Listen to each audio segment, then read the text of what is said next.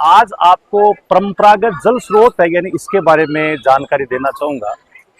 आप जो दृश्य देख रहे हो ये मनमोहक दृश्य है, ट्रेडिशनल वाटर हार्वेस्टिंग का है।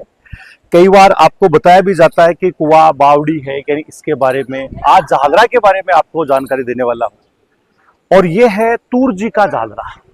देखो झालरा और बावड़ी में अंतर क्या है इसके बारे में आपको बताऊंगा। इसके बाद इसका निर्माण यानी किसने करवाया, क्यों करवाया गया, वर्तमान में इसका क्या उपयोग हो रहा है और इसमें कौन से पत्थरों का इस्तेमाल किया गया, कौन सी स्थापत्य कला है, इन सब के बारे में अपन विस्तृत चर्चा करेंगे।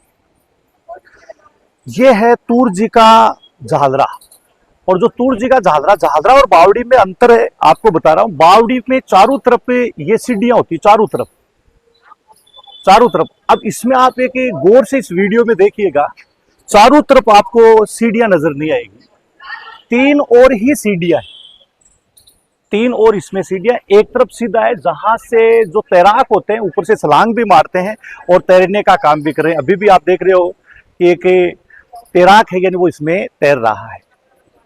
तो ये झालरा और बावड़ी में अंतर। बावड़ी में चारों तरफ सीढ़ियां होती है। अब इसके निर्माण की बात है यानी इसके बारे में आपको बता देता हूं। महाराजा अभय सिंह की महारानी जय कंवर तूर जी, जिनको जय कंवर तंवर जी भी बोला करते थे, उन्होंने इसका निर्माण करवाया था। और वो विशेष रूप से जब जोधपुर एक छोटा शहर हुआ करता था उस समय यानी पेयजल की आपूर्ति के लिए महिलाएं सीढ़ियों से आती थी, पानी भर करके अपने घर तक लेकर के जाती थी। और महिलाएं हैं यानी जो यानी परंपरागत जल स्रोत के रूप में इसी का इस्तेमाल कर। धीरे धीरे जनसंख्या बढ़ती गई, इसका उपयोग है यानी जो उपयोग के रूप में पानी को काम में लिया जाने लगा तो वो कम पड़ने लगा। तो और दूसरे स्रोत ऐसे कम से कम 6-7 झालरा हैं वो जोधपुर में बनाए गए। 1740 ईस्वी में इसका निर्माण, कई स्रोतों में 6वीं शताब्दी में भी मिलता है लेकिन ज्यादातर 1740 के बारे में है, मतलब 18वीं सदी में इसका निर्माण करवाया। आप देख रहे हो कि कई सारे तैराक है यानी वो ऊपर से छलांग लगा करके इसमें क्या है यानी कूद भी रहे हैं।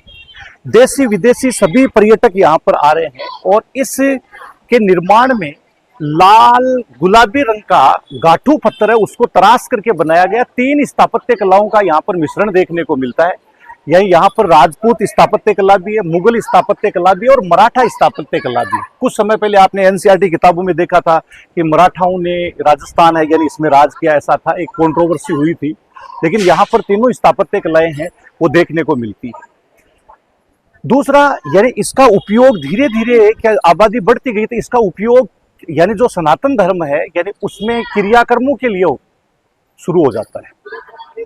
और इसको एक हॉन्टेड पैलेस है यानी इसके रूप में भी जाना आता है कि यहाँ पर हर वर्ष 2-3 लोगों की मौत हो जाती है। और वो मौत भी उन लोगों की होती है जो तैराक है, तैरने में बहुत ज्यादा एक्सपर्ट है, यानी उनकी होती है। तो इसके बारे में यह है कि सनातन धर्म में जब व्यक्ति की मौत हो जाती है तो उसकी आत्मा का तर्पण करने के लिए, मोक्ष करने के लिए जो आचार्य हैं, पंडित हैं, वो यहाँ पर 9वें दिन नारायण बलि का कार्य करते हैं।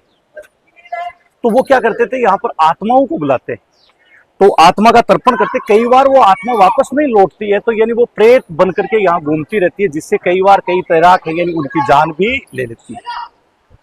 हाँ, उनकी जान ले लेती है। इसलिए इसको एक हॉन्टेड पैलेस के रूप में 2009-10 तक तो यहाँ पर लोग रात को 8 बजे आना भी पसंद नहीं किया करते थे, मतलब इतना डर लगता था। धीरे धीरे लोगों में डर भय कम हुआ और विशेष रूप से यहाँ पर टूरिस्ट गाइड हैं, इसके अलावा सुरक्षा कर्मी हैं, वो ध्यान रखते हैं हर चीज का। और ऐसे तैराक भी हैं जो डूबते हुए व्यक्ति को यहाँ पर क्या यानी बचा लेते हैं।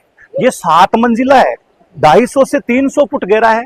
बरसात के समय इसमें पानी इकट्ठा होता है और बाकी समय में भी इसमें पानी आता रहता है। तो ये एक तूर जी का झालरा एक बहुत ही महत्वपूर्ण दृश्यावली आप देख रहे हैं कि यानी बावड़ी और इसमें आप अंतर है यानी वो देख सकते हो कि इस पर 7 मंजिला हो गया। और 2017 में इस तूर जी के झालरा है यानी इस पर 500 पैसे का यानी एक डाक टिकट है यानी वो भी जारी किया गया। यहाँ पर आप देख रहे हो हजरत जीवन शाह बाबा की दरगाह भी है, आगे आप देख रहे हो कि मंदिर भी है और इसमें देवी देवताओं की प्रतिमाएं हैं, शेर हैं, इसके साथ गाय है यानी उनकी प्रतिमाएं यानी पत्थरों को काट करके तराश करके बनाई गई है। एक बहुत ही महत्वपूर्ण जोधपुर शहर के पास में घंटाघर है यानी उसी के पास में ये है। और किला भी यहाँ से केवल 300 मीटर ही क्या है ये दूर मेहरानगढ़ जो किला आता है ये। तो काफी महत्वपूर्ण एक रोचक जानकारी आपको हमने दी है। तो ये मतलब 7-8 जो जालरा और भी बने हुए उनसे भी है। क्रियाक्रम के लिए नारायण बलि के रूप में इसका क्या है यानी जो उपयोग हुआ करता था। तो निश्चित रूप से दर्शकों आपको कैसा ये वीडियो लगा, बहुत ही बेहतरीन तरीके का, और हम प्रयास करेंगे और अच्छी अच्छी जानकारी आपको देने के लिए। लेकिन मूल चीज़ है झालरा और बावड़ी में अंतर का आपको बताया कि इसमें 3 और ही सीढ़ियाँ होती है, बाकी बावड़ी में चारों तरफ क्या होती है यानी सीढ़ियाँ।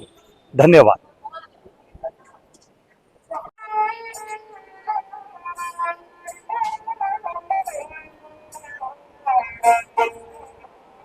बना लिया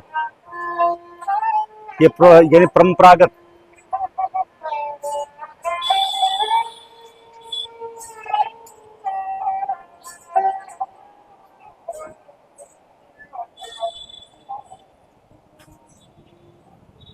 में मैंने अंतर बताया था। अब दूसरी तरफ से व्यू देखते हो तो यहाँ से इस बावड़ी यानी तूरजी के झालरा के अलावा यानी जो किला का व्यू दिखता है, और इसके साथ में आप देख रहे हो रूप टप है, और ये रूप टप है जहाँ पर जो आप नाश्ता पानी है, खाने पीने का है, पार्टी वार्टी है, यानी इन सब के लिए यानी यहाँ पर व्यवस्था है। और सबसे बड़ी बात यह है कि यहाँ ये निःशुल्क है, कोई भी आपके यानी शुल्क नहीं लगेगा।